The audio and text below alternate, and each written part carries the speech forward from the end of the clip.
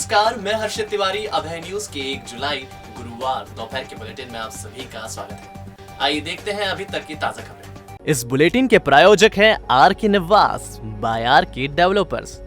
शानदार घर खरीदें अब अपने बजट में। नागझीरी की फल विक्रेता नाजमीन के लिए गुरुवार का दिन यादगार बन गया। खुद पीएम नरेंद्र मोदी ने नाजमीन से बात की और उनसे पूछा पेमेंट कैसे लेती हैं, नकद या डिजिटल। नाजमीन ने कहा दोनों तरह से सर। दरअसल पीएम देश भर के चुनिंदा स्ट्रीट वेंडर से बात कर रहे थे। इनमें नाजमीन भी शामिल थी। नाजमीन के पति शाकिर कार मैकेनिक हैं। पहले लॉकडाउन में उनका काम एकदम ठप हो गया था। ऐसे में नाजमीन ने पहले सिलाई सीखी, फिर फल बेचने का काम शुरू किया।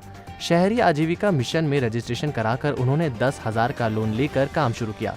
काम चल निकला तो उन्होंने लोन वापस लौटा दिया। काम बढ़ाने के लिए उन्होंने फिर से 20,000 का लोन लिया और इसका चुकारा भी समय पर कर दिया। समय पर लोन लौटाने से उन्हें 1,000 रुपए का कैशबैक भी मिला।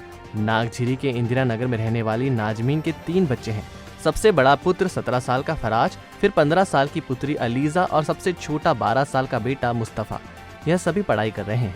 नाजमीन ने अपने ठेले पर QR कोड लगा रखा है। वह इससे ही अधिक से अधिक पेमेंट लेती है।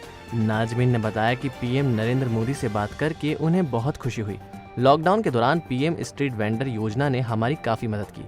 आज फल ठेले से रोजाना 1,000 से लेकर 1,500 रुपए तक की कमाई हो रही है। मुझे आज बहुत खुशी का दिन है सर। मुझे बहुत अच्छा लग रहा है सर। आज जो नगर निगम और बैंक ऑफ इंडिया के माध्यम से 10,000 रुपए का लोन हुआ था सर, और सर मुझे वहाँ से पेटीएम और फ़ोन पे का QR कोड मिला था सर, जो मैं डिजिटल पेमेंट करती हूँ सर। डायरेक्ट ग्राहक जब आता है सर तो मेरा QR कोड स्कैन करके पेमेंट करते हैं सर। डायरेक्ट पेमेंट मेरे अकाउंट में आ जाता। मुझे पैसे की को छूने की ज़रूरत नहीं पड़ती और कोरोना काल से भी सुरक्षा मिलती है। माननीय प्रधानमंत्री जी के द्वारा डिजिटल इंडिया के 6 साल पूरे होने पर जो अलग अलग केंद्रीय योजनाएं हैं जिनमें डिजिटल इंडिया का लाभ मिला है, उसके लिए बातचीत करी गई है। खुशी की बात है कि पीएम स्वनिधि स्कीम के लिए यहाँ से उज्जैन की हितग्राही नाजमीन जी का चयन किया गया था केंद्र सरकार के द्वारा। उनसे न केवल प्रधानमंत्री जी ने बातचीत की बल्कि डिजिटल पेमेंट करवाने के लिए भी आग्रह किया और उन्होंने बहुत सहजता से उसको किया है। और मुझे लगता है कि अपने आप में एक बहुत बड़ा संदेश है कि डिजिटल इंडिया कितना सफल हुआ है और बाकी लोगों को भी प्रेरणा देता है कि सब लोग अधिक से अधिक जो इस प्रकार की केंद्र की योजनाएं हैं उनका लाभ उठाएं और अधिक से अधिक डिजिटल प्लेटफॉर्म्स का प्रयोग करें। महाकाल मंदिर विस्तारीकरण योजना का विरोध शुरू हो गया है। प्रशासन को सद्बुद्धि देने के लिए मंदिर के सामने हवन किया।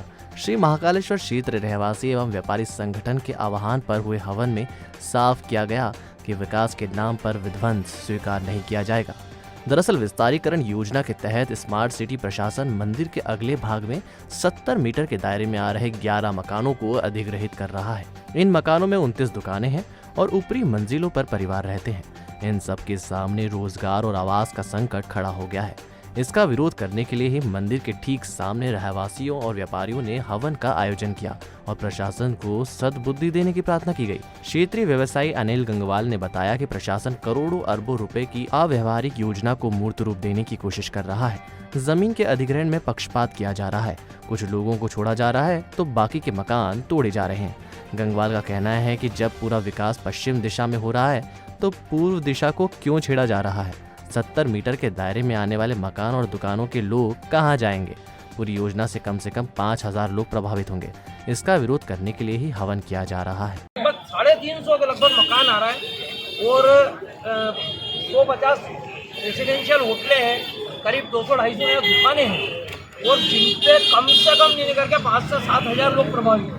और दूसरा हमारा तो एक और कहना है, 5 से 7 हज़ार नहीं, उज्जैन शहर पूरा महाकाल की अर्थव्यवस्था अगर प्रभावित होती है और महाकाल के व्यापार से जो पैसा आता है वो पूरे शहर में जाता है, पैसा वो सब ध्वस्त करने की जो चाल है और एक तरीके से पूरा उसको सेंट्रलाइजेशन करके पूरी व्यवस्था पे कब्जा करके धंधा पानी वगैरह सबको उजाड़ के खुद स्वयं जो धंधा करने की एक चाल है, ये चाल नितांत रूप से गलत है और हम इसका विरोध करते हैं। तो देखिए महाकाल की आरती भी चालू हो गई, हमारी बात का नम्रतन भाव महाकाल भी कर रहा है। हमारा सिर्फ इतना प्रशासन पूरी अव्यवहारिक तरीके से योजना बना रहा है। मुआवजा हमको नहीं चाहिए, 1 गुना 2 गुना क्या 4 गुना भी मुआवजा दे, मुआवजा हमको नहीं चाहिए। हम मुआवजा लेके क्या करेंगे, कहाँ जाएंगे? इतने सारे लोग 5,000 लोग व्यापार कहाँ करेंगे, धंधा कहाँ करेंगे? हमारा सिर्फ इतना सा अनुरोध है कि महाकाल मंदिर के विस्तार के नाम पे या विकास के नाम पे जो विध्वंस करने की एक साजिश हो रही है कि जितने भी प्रभावित लोग हो रहे हैं उनको विश्वास में लेके करें। मैं आपको आश्चर्य की बात दिलाता हूँ, 11 मकान के अंदर हम 29 दुकानदार किराएदार हैं। आज तक प्रशासन ने कोई एक नोटिस या एक बार चर्चा भी करना हमसे उचित नहीं समझा। हमको उजाड़ने की बात करी जा रही कि हमको विश्वास में ले कि हमारा क्या होगा। किसी ने हम एक बार भी हमसे चर्चा करने की भी कोशिश नहीं की। ये अराजकता है और ये हिटलरशाही है। हम हर हद तक इसका विरोध करेंगे और आवश्यकता पड़ी अगर हमें लगा कि हमारा गला कट रहा है तो इसी मंदिर प्रांगण के दरवाजे पे हम सब लोग परिवार सहित आत्मदाह करने की भी प्लानिंग कर चुके हैं।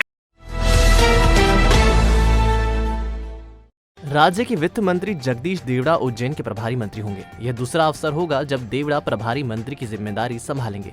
2005 में वह उज्जैन के प्रभारी मंत्री रहे थे, तब उनके पास गृह मंत्री की जिम्मेदारी भी थी। प्रभारी मंत्री के तौर पर देवड़ा की नियुक्ति को संगठन के बीच समन्वय बनाने का तरीका माना जा रहा है। अभी तक कोविड के प्रभारी के तौर पर कैबिनेट मंत्री मोहन यादव उज्जैन का प्रभार देख रहे थे। उनसे वरिष्ठ विधायक पारस जैन इससे असहजता महसूस कर रहे थे। माना जा रहा है कि देवड़ा के आने से यह कमी दूर होगी, क्योंकि देवड़ा एवं जैन एक ही दौर के विधायक हैं। जिला विधिक सेवा प्राधिकरण ने एडीआर सेंटर में विशेष समुदाय के लिए गुरुवार को वैक्सीन शिविर लगाया। इसका फायदा बड़ी संख्या में लोगों ने उठाया। डीजे एनपी सिंह के मार्गदर्शन में शिविर का शुभारंभ करने सचिव शशिकांत वर्मा भी पहुंचे। इस दौरान बड़ी संख्या में विशेष समुदाय से जुड़े ट्रांसजेंडर यौन कर्मी वैक्सीन लगवाने पहुंचे। हम लोग अरुणोदय सर्वश्री लोक कल्याण समिति टीआई उज्जैन से हैं, जिसमें आईडीयू प्लस एमएसएम जो इंजेक्टर ड्रग यूज़र होते हैं वो, और जो एमएसएम गे कम्युनिटी होती है और ट्रांसजेंडर, उन लोगों के लिए हमने आज विशेष यहाँ पर अभियान वैक्सीनेशन का रखा है, जिसमें हमारा जिला विधिक सेवा प्राधिकरण उज्जैन के सहयोग से आज हम लोगों ने यहाँ पर विशेष कैंप रखा है, जिसमें एफएसडब्ल्यू फीमेल सेक्स वर्कर जो NCHSE संस्था है उनकी तरफ से और अरुणोदय की तरफ से हम लोगों ने यहाँ पर विशेष अभियान रखा है। 1 जुलाई को टेंट दिवस पर ऑल इंडिया टेंट एसोसिएशन के आह्वान पर पूरे देश में वृक्षारोपण कार्यक्रम आयोजित किया गया। इस कड़ी में उज्जैन टेंट एसोसिएशन के सदस्यों ने चिंतामण गणेश मंदिर रोड स्थित गंगा गार्डन में वृक्षारोपण कार्यक्रम किया। कार्यक्रम के मुख्य अतिथि Chandrashekhar Nigam tent federation of MP all India tent association के संयुक्त सचिव मौजूद रहे। साथ ही पुनीत मल्होत्रा, अफान जाफरी, योगेश राठौर, बुरहान भाई, यूनस भाई सहित कई सदस्य मौजूद रहे। कार्यक्रम के अंत में आभार जगदीश शर्मा ने माना। पूरे भारतवर्ष के टेंट व्यवसायियों ने तय किया है कि वृक्षारोपण पूरे भारतवर्ष में एक साथ, एक समय पर, एक दिनांक पे होना चाहिए। उसी कड़ी में उज्जैन टेंट हाउस एसोसिएशन द्वारा पूरे भारतवर्ष के साथ है और हम भी पूरी टीम के साथ में वृक्षारोपण कर रहे हैं। आज हमने यहाँ पे वृक्षारोपण किया है। हमारे बीच में चंद्रशेखर जी निगम हमारे फेडरेशन के उपाध्यक्ष हैं, उपस्थित हैं। अतिथि के रूप में हम उनका भी स्वागत करते हैं। दूसरा, मैं विशेष रूप से कहना चाहूँगा, आज हमने यहाँ पे 11 पौधे लगाए हैं और 11 व्यापारियों ने इसकी जिम्मेदारी ली है। इसको पाल पोस कर बड़ा करेंगे। हम यदि पौधे इतना लगाएं जितना हम उसको पाल सके, ऐसा हमारा एक प्रयास है। इस प्रयास में हम सब व्यापारी सब साथ रहेंगे। जय हिंद, जय भारत। टेंट वेलफेयर एसोसिएशन एवं federation of Madhya Pradesh tent association के द्वारा 1 जुलाई को टेंट दिवस के रूप में मनाते हैं और उसी कड़ी में 1 जुलाई को वृक्षारोपण का पूरे प्रदेश में और पूरे भारतवर्ष में एक साथ एक ही समय पे आयोजन किया गया है। और पौधे लगाने से ही उसका नहीं है, पौधों को संरक्षण करना और उसको बड़ा करना। और all India tent welfare association द्वारा एक आह्वान किया गया है कि सभी व्यवसायी वृक्षारोपण करें एवं एक पौधे को गोद लें। एक पौधे को गोद लें, उस पौधे से जो अभी प्रकृति की मार आपदा चल रही है उसके अंदर ऑक्सीजन की जो कमी है उसकी पूर्ति के लिए एवं प्रकृति को सुंदर बनाने के लिए वृक्षारोपण करें। All India tent house federation द्वारा, मध्य प्रदेश टेंट हाउस द्वारा आज पौधारोपण का कार्यक्रम उज्जैन टेंट हाउस तरफ से रखा गया है। इसमें एक साथ पूरे इंडिया के अंदर टेंट हाउस संबंधित जितने भी लोग हैं उसको पौधारोपण करेंगे। और मैं उज्जैन शहर के अपने योगेश जी गोयल और जमीर हल जी को भी बहुत बहुत बधाई देता हूं, जो Madhya Pradesh tent house association ने इन्हें अपने यहाँ स्थान दिया, जगह दी। इसके लिए बहुत बहुत उनका मैं आभारी हूँ। धन्यवाद। भात पूजा के लिए ख्यात अंगारेश्वर मंदिर का 1,37 लाख की लागत से सौंदर्यीकरण होगा। अध्यात्म विभाग की उप सचिव पुष्पा कुलेश ने राशि जारी करने के लिए कलेक्टर आशीष सिंह को पत्र भेज दिया है। हाउसिंग बोर्ड को मंदिर के सौंदर्यीकरण की जिम्मेदारी दी जाएगी। दरअसल मंदिर बाढ़ के समय पूरी तरह डूब जाता है। ऐसे में मंदिर का शिखर ऊंचा कराने की योजना है। भात पूजा के लिए एक बड़ा हॉल बनाने की योजना पर भी विचार चल रहा है। एलपीजी बॉटलिंग प्लांट ने कोविड केयर सेंटर के लिए एसडीएम के नेतृत्व में आवश्यक चिकित्सा उपकरणों का वितरण किया। सामुदायिक स्वास्थ्य केंद्र में हुए कार्यक्रम के विशिष्ट अतिथि एसडीएम गोविंद दुबे, तहसीलदार शिवराम कनासे, थाना प्रभारी विक्रम सिंह चौहान एवं सामुदायिक स्वास्थ्य केंद्र का स्टाफ उपस्थित था। सामाजिक सरोकार के कार्यक्रम का संचालन सुरक्षा प्रबंधक आलका वरिष्ठ ने किया। प्लांट के राम टेके ने अतिथियों का स्वागत किया। कार्यक्रम में बेड, गद्दे, blood pressure machine, pulse oximeter, thermal gun, surgical mask, cooler, sanitiser, गर्म पानी की बोतल दी गई। आभार वरिष्ठ प्रबंधक किरण पटेल ने माना। कुछ सामग्री भेंट की गई सर, क्या है पूरा है? देखिए, कोविड का जो दौर चल रहा है उसमें विभिन्न संगठनों के द्वारा हर तरीके से मदद की जा रही है। इसी क्रम में जो है बॉटलिंग प्लांट के द्वारा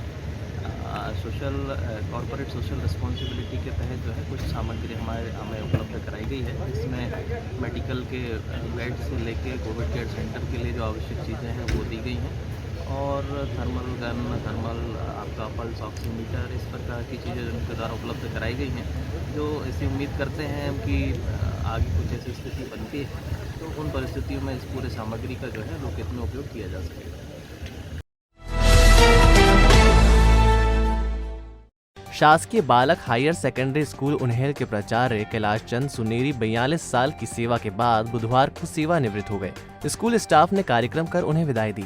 इस मौके पर संकुल में कार्यक्रम आयोजित किया और हार पहनाकर उनका स्वागत किया गया। शिक्षकों को स्मृति चिन्ह के तौर पर सोने की अंगूठी उपहार में दी। इस मौके पर ओम प्रकाश नंदेरा, यादव लाल शर्मा, नीरज वर्मा, विभा उपाध्याय, राधेश्याम राठौर, पूरा लाल सहित बड़ी संख्या में स्टाफ उपस्थित था।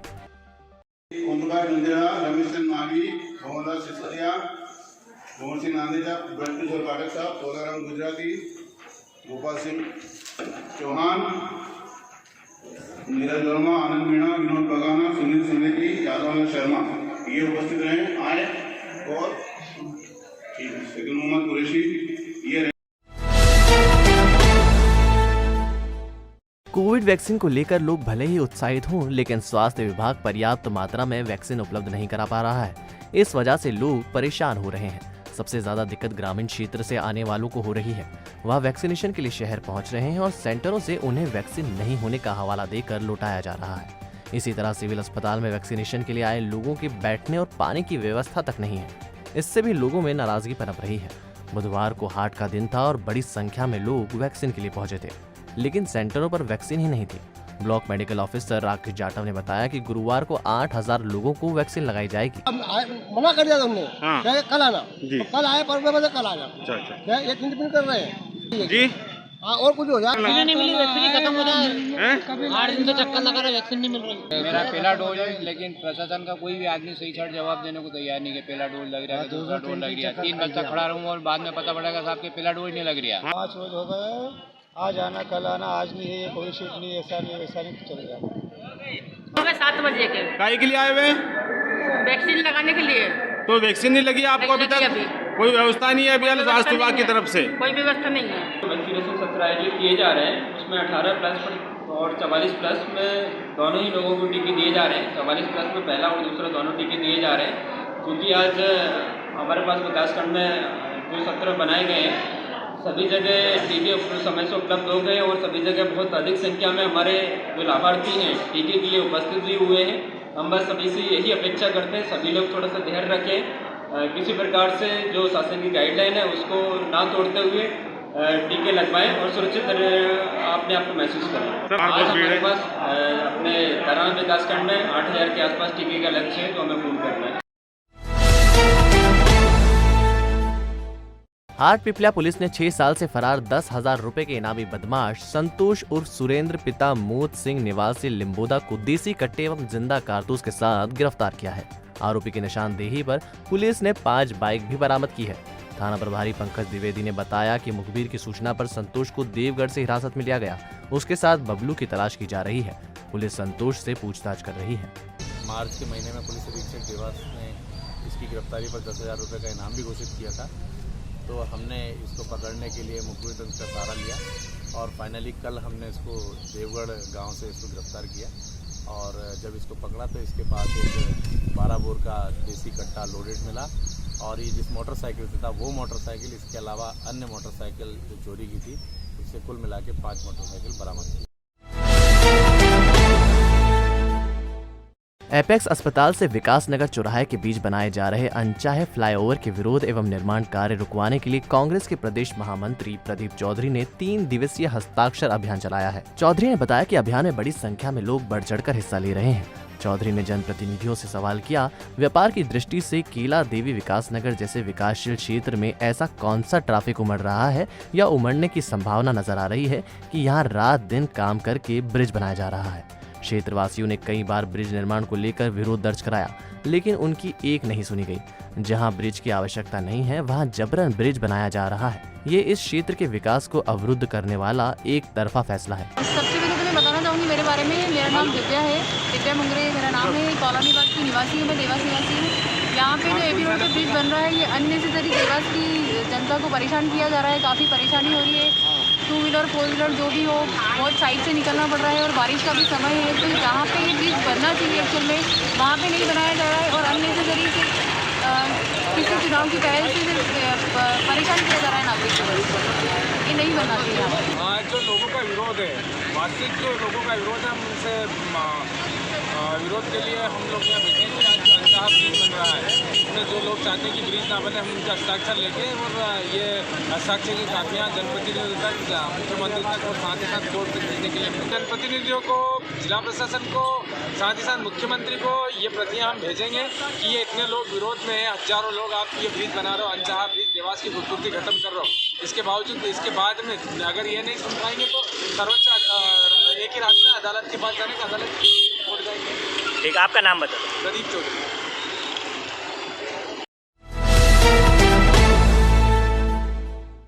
जो ना जाति का भेद करते हैं, ना उम्र का, ना पद का, ना रुतबे का, उनका बस एक ही काम होता है, उनके पास आने वाले को पूरी तरह स्वस्थ करना। डॉक्टर, यानी जिन्हें हम धरती का भगवान मानते हैं, कोविड काल में जान हथेली में रखकर इन भगवानों ने लोगों का जीवन बचाया। इस बीच सुरक्षा कारणों से ये कई दिन तक घर तक नहीं गए। लोगों की पीड़ा हरने वाले ऐसे ही डॉक्टर से डॉक्टर दिवस पर अभय न्यूज़ ने बात की। जो आपने जो बोला उसके लिए मैं तहे दिल से धन्यवाद हूँ। इसलिए धन्यवाद देता हूँ क्योंकि मेरे न्यूज़ रिपोर्टर जितने भी हैं मेरी बहुत हेल्प करी, उन्होंने मेरा साथ दिया है। और सेकंड चीज़ जो है कि यहाँ पे कोविड स्टाफ को संभालने की, तो मेरा कोविड स्टाफ इतना अच्छा था, जो आज विधायी समारोह जो दिया है, बड़ा दुख हो रहा है। मैं अपील करना चाहता हूँ उसके लिए कि उन स्टाफ को तुरंत रखा जाए, तो हॉस्पिटल की मैनेजमेंट व्यवस्था नहीं हो पाती है। और वो जो स्टाफ था उन्होंने मेरा बहुत सहयोग किया, तो मैं गुजारिश करूँगा कि स्टाफ को वापस रखेगा। डॉक्टर्स का तो बहुत बड़ा योगदान रहा ही है, पर साथ ही साथ में स्टाफ नर्स का बहुत बड़ा रोल रहा है। जितने भी कोविड में स्टाफ नर्स जो थी, क्योंकि डॉक्टर्स तो एक अपना प्रोटोकॉल के हिसाब से चले जाते हैं, पर डॉक्टर्स के बाद में जो रोल आता है वो स्टाफ नर्स का आता है। उन्होंने प्रॉपर हर चीज़ देखते हैं, वो उसके लिए मैं सिर्फ धन्यवाद बोलता हूँ स्टाफ नर्स को। और सेकेंड जो रही है कि आगे दे आने वाली जैसा भी है कि हमें नहीं पता, ईश्वर जानता है सब चीज़ों की है, पर जो भी अपनी तरफ से रहेगा हम पूरी कोशिश करेंगे। हॉस्पिटल खासियत की बात रही तो उसके लिए हम तेज दिल से तैयार हैं। IPD, OPD, ICU, mini ICU चालू करेंगे, जैसा भी हो सकता है हम 100% सहयोग करेंगे। तो स्टाफ की ज़रूरतें जो है वो हमारी पूरी की जाए। बस सभी मस्त रहें, खुश रहें, बढ़िया बिंदास रहें, बस 2 गज की दूरी रखें, मास्क लगा के जरूर रखें, क्योंकि कोविड गए नहीं है। पद्मावती हॉस्पिटल परिवार की ओर से सभी देशवासियों को डॉक्टर से की बहुत अधिक शुभकामनाएं। कोरोना भी पूर्ण तरह से गया नहीं है, सरकार की गाइडलाइन का पालन करें तथा अपने और अपने परिवार को सुरक्षित रखें। डॉक्टर डे के दिन पर मैं आज संपूर्ण भारत में जितने भी डॉक्टर हैं जिन्होंने कोरोना काल में बहुत अच्छी सेवाएं दी हैं, अपनी जान के जरिए उन सबको शुभकामनाएं देता हूँ, बधाई देता हूँ। आपकी हिम्मत की वजह से ही हम लोग आज स्वस्थ हैं। आपने जान की बाजी लगाकर अपना काम किया। और स्पेशल खास तौर से खासरोड के हमारे जो सिविल हॉस्पिटल के डॉक्टर है डॉक्टर संजय जी पटेल, उनमें जो काम करने का जज्बा, कोरोना के प्रति लड़ने की हिम्मत, उसको मतलब बारम्बार प्रणाम करूँगा कि जिस तरह से उनकी कार्यशैली है, काम करने की क्षमता है। उन्होंने कहा कि बिल्कुल कोई व्यवस्था नहीं थी कि हम लोग कोविड का इलाज करेंगे, और हम लोगों ने सेवा भारती के माध्यम से 10 बेड के हॉस्पिटल की सुविधा जुटाई। और जिस हिसाब से उन्होंने उसके बाद शासकीय मदद मिली, कार्य किया। और आज हॉस्पिटल में हमारे 10 ICU बेड है। जिस हिसाब से उनका कार्य किया है, करीब 100 के लगभग मरीज हमारे यहाँ से ठीक होके गए हैं। डेथ रेशो बिल्कुल 1 या 2% भी नहीं है हमारे यहाँ पर। तो डॉक्टर संजय जी पटेल जो हमारे खासरोड सिविल हॉस्पिटल के मेडिकल ऑफिसर हैं, उनको मैं हार्दिक बधाई उनको उनके समस्त स्टाफ को देता हूँ। डॉक्टर्स ने तो आपने देखा हमारा बुलेटिन। आपको हमारा बुलेटिन कैसा लगा, इसका फीडबैक कमेंट सेक्शन में जरूर दीजिएगा। कल फिर मिलेंगे नए बुलेटिन के साथ। नमस्कार।